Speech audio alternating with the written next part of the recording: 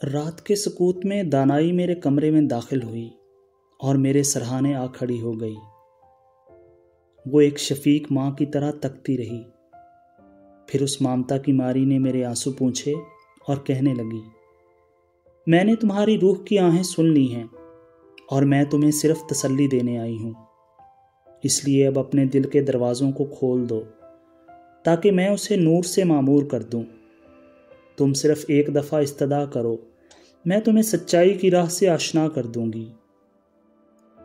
میں نے اس کے حکم کی تعمیل کی اور پوچھا، اے دانائی اور دانش مندی کی روح، مجھے صرف اتنا بتا دے کہ میں کون ہوں اور اس حیرت و استعجاب سے بھرپور جہاں میں کس طرح آ پہنچا۔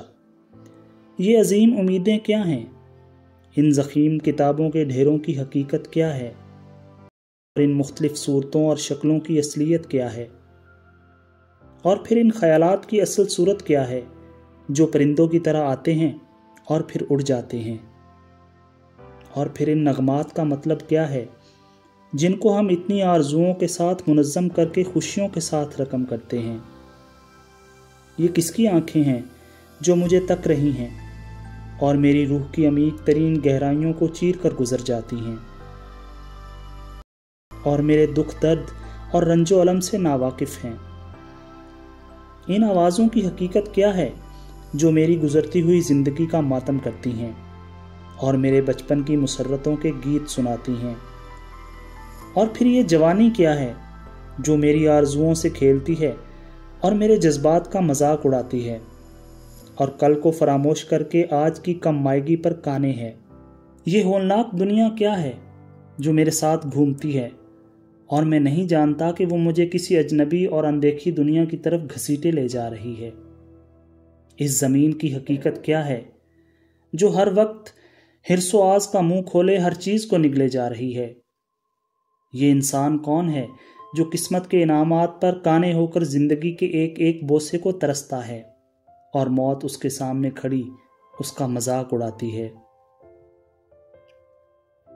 اس انسان کی ہستی کیا ہے جو خوشی کا ایک لمحہ زندگی بھر کی توبہ اور پشیمانی کے عوض خرید کرتا ہے اور پھر اپنے خوابوں سمیت ہمیشہ کی نیند سو جاتا ہے؟ اور پھر وہ بھی تو انسان ہی ہے جو جہالت کی لہروں پر سوار ہو کر تاریکیوں اور ظلمتوں کی طرف سرگرم ہے۔ اے دانائی، ان سب باتوں کے اسرار مجھ پر منکشف کر دے۔ یہ سن کر دانائی نے لب کشائی کی اور کہنے لگی، تم انسان دنیا کی ہر چیز تو خدا کی آنکھوں سے دیکھتے ہو، لیکن دوسرے جہاں کے اسرار و رموز کو سمجھنے کے لیے انسانی فکر و نظر سے کام لیتے ہو۔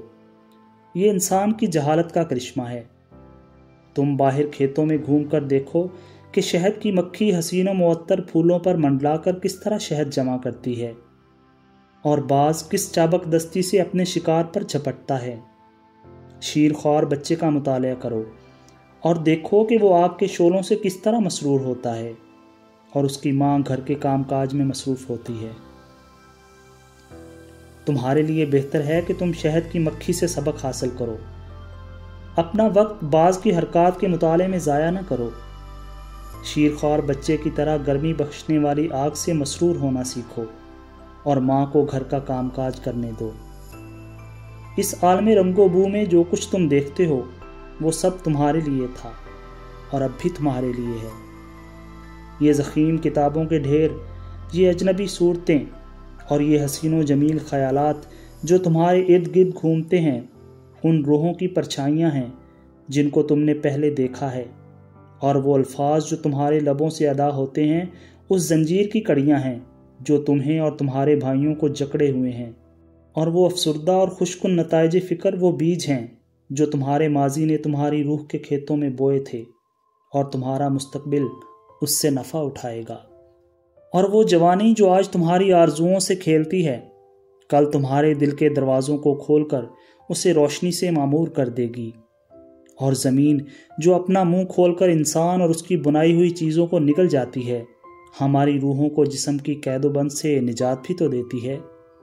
اور وہ دنیا جو تمہارے ساتھ گھومتی ہے وہ تمہارا اپنا دل ہے جو بجائے خود ایک دنیا ہے، اور انسان جس کو تم اتنا کمزور اور حقیر سمجھتے ہو وہ خدا کے نور کا پرتو ہے جو اس دنیا میں رنج و غم برداشت کر کے مسرت کی حقیقت سے ہمکنار ہوتا ہے اور جہالت سے جنگ آزما ہو کر علم و فراست حاصل کرتا ہے۔ آگے بڑھتے چلو اور کہیں مت رکو، تمہارا مقام ہر مقام سے آگے ہے، بڑھتے رہنا ہی ترقی ہے۔ اس لیے آگے بڑھتے چلو اور زندگی کے راستے میں پڑے ہوئے کانٹوں اور پتھروں کی قطعاً پرواہ نہ کرو۔